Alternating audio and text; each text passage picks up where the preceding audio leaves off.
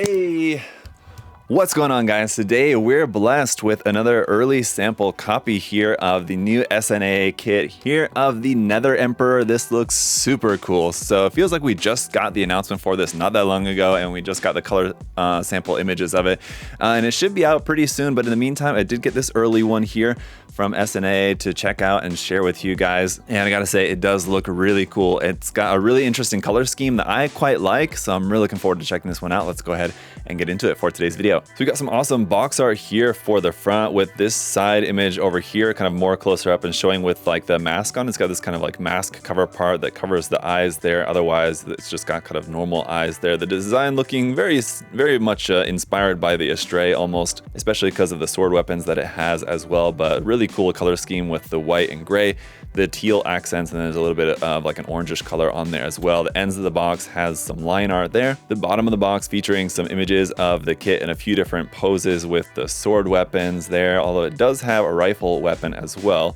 The top of the box having the same box art there, essentially with another posed image there with the sword, and there you go with the rifle. The back of the box having some more images of the kit, front, back, and in a couple of different action poses there. And let's go ahead and get it open. I will note this is a different size box from anything from SNAA so far. It's like a very normal, like master grade size box, which they've had large boxes for some of their Emperor series before, but this one's kind of a bit thinner, a bit flatter, but just because it doesn't have like a huge backpack or huge weapons or anything like that, a bunch of effect parts like we saw with the Fire Lord, for example. But a pretty typical looking box and pretty typical looking runners here as well for what you might expect from like a Bandai MG. Although one thing we unfortunately cannot expect from an MG is water slide decals, which we do have with this one here. It looks like these are mostly going to be in gray and white with orange accents there for the decals, mostly just these kind of like edge lining decals here. You do have some caution markings on there as well. Doesn't look like there's any like large logo markings or anything, so you might have to use something if you wanted that from a different set, but those do look pretty cool. And other than that, just our instruction manual. So this has just the same art that we saw on the front. On the back side, again, just more images of the kit. Although here's something that was not on the outside of the box, an image of the inner frame. So there's the full inner frame without all the armor, and it's cool to see all the teal accents and a little bit of kind of an orangish gold there, or orange, it's kind of hard to tell there, for some of the accents on the frame. That looks cool. On the inside, we've got our parts list and then the construction of the kit. And I do like how it shows you which runners are required for each section of the build. It looks like, while this is printed in color, everything's just in black and white, except that it's got highlighted here in like a pinkish color, all the different connections, so you can make sure to know where the connections are going to be for those parts. And so basically, pretty standard runner here, just goes through the construction of the body, then the weapons, and then here at the very end, we're going to have our decal guide there showing you where all the decals are going to be placed around on the kit. All right, let's check out the runners then. Here, runner A we have two of, and it's parts for the inner frame in a sort of bluish gray kind of color there. And then runners B, C, D, and E are all the rest of our inner frame here in this brownish gray color. Here is runner B, a nice big runner. We've got two of those. Runner C, a little bit smaller, but notice a lot of really nice detail here on these inner frame parts, both on parts of the frame which is gonna show like that, and then even on areas like here on the D runner, another nice large runner. You can see there's some of the parts for on the frame inside the kit, like inside the torso and inside the skirt areas, where even where it's not gonna show, it looks like we do have some nice detail on those parts, which is really cool. Runner E then for the last of those, and these runners are laid out by color, as in it goes through like one color at a time rather than going back and forth between them. And that means the next runner is going to be our next color, which is runner F, and it's going to be here in this yellow-orange color for some nice accents. Runner G is in a really nice looking navy blue here. Runner H is in a light gray, sort of off-white color here. Then runner I is our accent color. So we have this runner in both orange and in teal. And so as we can see by the box art, it's kind of mostly teal with a few of the accents in orange, but you can swap between the two, or you can choose. You can have everything all in orange or everything all in teal, it looks like, or have like a kind of mix and match of those. So that's really awesome to have those options. Runner J is going to be our clear parts. In this case, it's going to be in like a clear teal color, looks nice. And then for our white armor parts here, we've got runner K, there's 2 of those, and runner L for the rest of our white armor pieces, as well as some white parts for the sword blades. And again, I said this with the SNAA Percival kit, that kind of would have been nice if some of the sword blade parts were in like a molded silver, or even better, like a plated silver instead of being in white, but that's just kind of like the style that they're going for with these. But again, you can see a lot of really nice detail here on these armor parts. Lastly then, in that same brownish gray like we saw for the majority of the inner frame, runner Z here is going to be all of our hand parts for some fixed pose swappable hands, and that's it. Let's go ahead and check it out. Alright guys, and so here is how the kit is going to look when it's all built up. Really nice looking, a lot of detail on there, and then obviously this is just straight out of the box. Haven't done any panel lining or detail painting or decals or anything like that else to this, and all of that is certainly going to improve the look of it, but even just straight out of the box here, it looks really nice.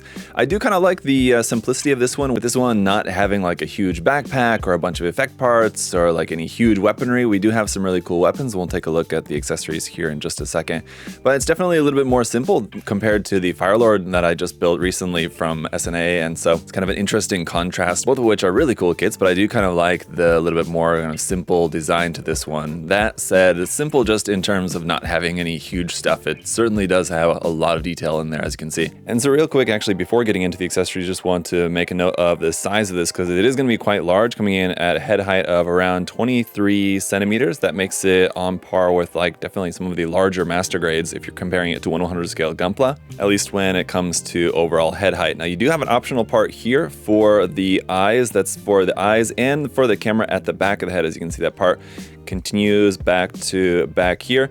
So you have this yellow part or that clear bluish green part, which is what I have in there at the moment. As I've said in a number of reviews recently, I usually like the more solid color, or a couple of the other SNAA kits had gold for this part, which was nice. It stood out.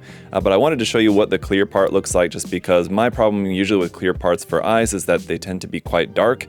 You kind of can't really see them very well. You can, as you can tell, that's definitely the case here with this one. So you might want to either paint that clear part with some metallic green or something, just something to help that stand out. The clear part here at the top of the head is a separate part that's not connected. You don't have any other option for that. But you do have an option for this yellow V-fin right there. You can easily swap that out if you prefer to have that in a dark navy blue. Obviously you can paint it whatever color you want, but you've got that either in yellow or navy blue, and then you have the optional mask part. Now the mask part is really cool. I do really like how it's got those little clear lines in there, and again, they're a little bit hard to actually make out, especially set inside the navy blue parts there. But to swap that out, you do have to remove the V-fin, and fortunately it is pretty easy to do so. It's not too hard to remove the V-fin there, and then we're just going to swap it out for this part. And as you can see, when we do that, it covers the face there with the mask, but then you do have like a little bit of the clear part here on the side too, that you can see from that, and so the mask part does look pretty cool. I have to say, it's certainly a unique aspect of this kit. Going down to the hands, then they are just going to be fixed pose swappable hands. So you've got closed fists here. We've got a set of open, outstretched, expressive hands like this, really nice. For some other expressive hands, we've got these finger pointing hands here, also really cool. And then there's 3 different types of holding hands for the left and the right side. So one is going to be with the trigger finger extended, basically that's for our rifle weapon. And then 2 different types of weapon holding hands for the swords. One for just like a straight grip, and then one where the fingers are set at an angle and the wrist is also set at a bit of an angle there to hold the sword at an angle. So some nice option parts there for the hands. For our rifle then here, this is really cool. The barrel will extend out like that, and you do have that clear part inside the barrel. That's pretty cool. You have another clear part right up in there for the camera on that. This part here at the middle will actually rotate there. That's kind of cool. And then flipping it back around to the other side, this secondary handle on the side can also fold out like that if you want to do a 2-handed grip on this. Otherwise, that's pretty much it. Pretty standard. This can attach onto the kit when not in use, as we've got this optional piece here that you can plug first onto the side of the rifle. It's just going to basically give us this connection right here, which will plug right into the center of the backpack, and so the angle of this is going to be fixed then in that case, and so it's meant to attach onto there at a bit of an angle there like that, which does look pretty cool. We've also got these 2 little stabilization pieces. They're asymmetrical, one for the left side, one for the right side. That's for attaching onto the forearm. So one part here will attach onto the front of the forearm armor, and then it will also plug into the end of the rifle, so that you're not only relying on the hand to hold onto the handle, the rifle will actually be stabilized onto the arm as well. So cool to have those little parts there. And then of course we've got our swords. So you have this contraption here in the middle, which will hold the 2 swords together. And then there's a hard point right here. For that, you can plug it directly into the back skirt right here. just onto there like that, and kind of cool that it then holds it at the same angle as the rifle, so they're kind of all following the same angle there. There is also this connection piece here, which the manual shows you can also use this part in there, which kind of extends that out a little bit. I'm not sure if this is really exactly if this is meant to be an option like that, but basically you can then plug the swords onto there, and that just gives you a little bit more space in between. I guess that's really kind of the only reason for that. I'm not entirely sure. But for the swords anyway, the top one will just pull out, and we just have this long white part there for the blade, cool clear part there in the handle. And then this is just going to be our scabbard that's going to fit into, so just slide into there like that. The second one is just the sword itself that's just clipped onto the bottom of here, so you can just remove that. This one does have a cool gimmick in that the blade will extend there on that, so a little bit different style blade, and with the extension it's just kind of having two different style swords, which is kind of cool. And then just like with the rifle, we have these connection parts here, which will plug onto the back side of the arm, and again help to stabilize the sword when held in hand. The handle will clip onto that, and then also fit into the hand, of course, so just depending on how you're holding the swords, if you need a little bit extra stabilization, you can use these parts that are connected onto the back side of the forearm. Lastly then, we've got this action base connector here, which will plug into the back. Unfortunately, it plugs into the same spot where the rifle is attached into, so you can't have both attached at the same time, it would seem. You may have also noticed that we just don't have an action base included with this, no kind of stand.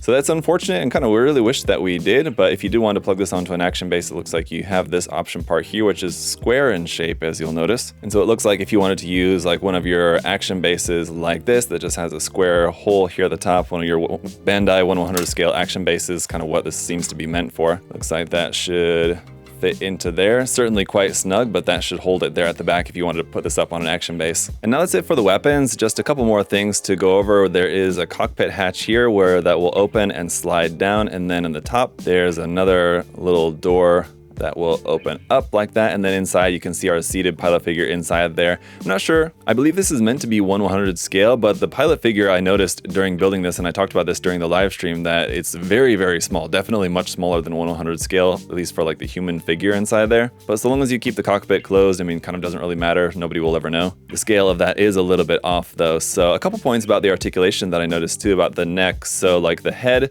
the cowl at the back of the head will run into the collar part here, but the neck joint is quite interesting in that you can kind of like extend it out a little bit there and fold it up, so you can get a really far range of movement for the head to point up like that, which is really nice. And then you also have rotation at the base of that neck part there, which I talked about during the live stream, that I was worried that that might be a little bit annoying, like trying to make sure that that stays lined up when you're trying to pose the kit. Seems like it should be okay though, but like the whole base part of the neck does also rotate there, like the whole neck part anyway. But the point is, you're going to have a very wide range of articulation here at the neck, which is pretty good. Here at the shoulder section, the shoulder will swing to the front pretty nicely there, up in the arms all the way up like that. You have a double joint at the elbow that's going to give you a nice full bend there as well. The wrists are just on ball joints, and they do seem to be like kind of weak ball joints, I will say. So it is nice that we have those extra stabilization parts for the weapons, because it seems like the wrists are a little bit loose. But here in the torso section, a nice ab crunch there, forward and back, side to side here as well, so really nice range of movement there. Our front skirt sections are able to move up and down, and then we actually have, for the hip joint, there's a part underneath that we can unlatch here. When you pop that down like that, that will allow the hip joint to drop down and to the front, and you can close that back up, and that will allow you to bring the leg like really far up to the front if you wanted to do that. A double joint here at the knee is going to give you some really nice separation of this knee armor, and then also separation of the thigh armor there. As you can see, that slides when you bend the knee as well, with some really nice detail of the color accent parts and then the clear parts at the front of the thigh.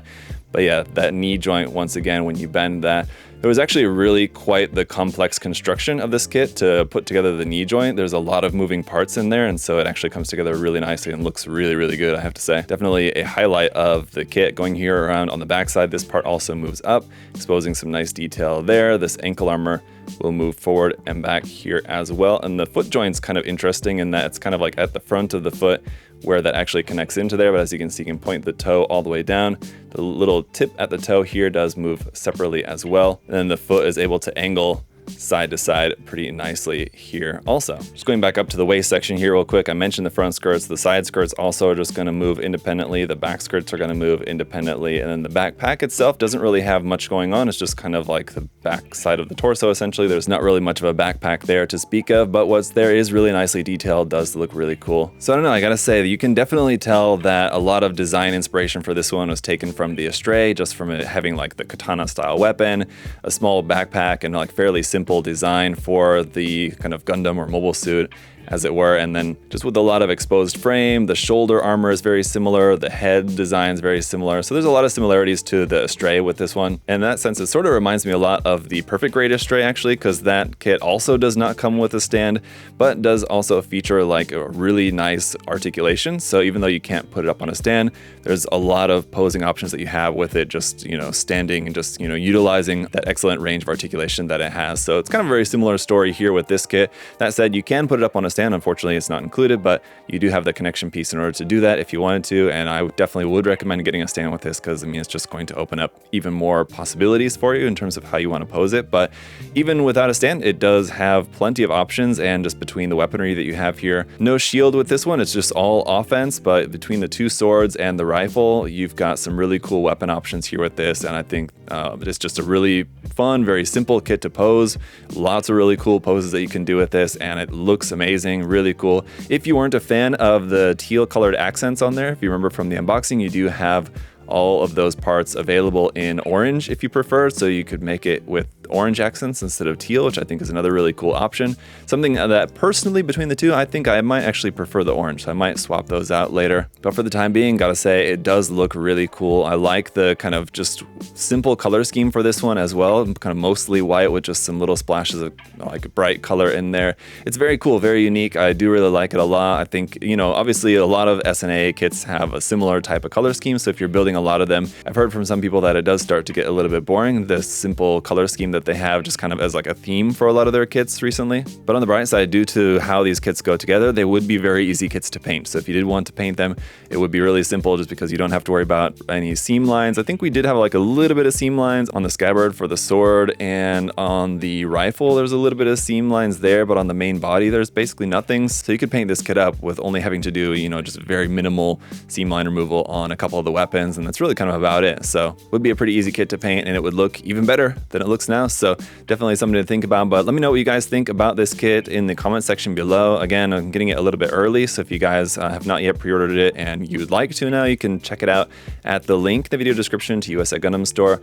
I believe there are still some pre-order slots available for this, but it should be coming in pretty soon. But yeah, check out the website and then check out all the rest of the SNAA kits. If you guys have not looked into them yet, definitely they're, you know, really, really nice. And I would definitely recommend checking out, if not this one of the SNAA kits at least. Check it out. But that's it for this review, guys. Thanks so much for watching. If you enjoyed it, make sure to leave a like. Make sure you're subscribed if you're not subscribed yet. And as always, I just really appreciate all your guys' support. Thank you so much. I'll see y'all later. Bye, guys.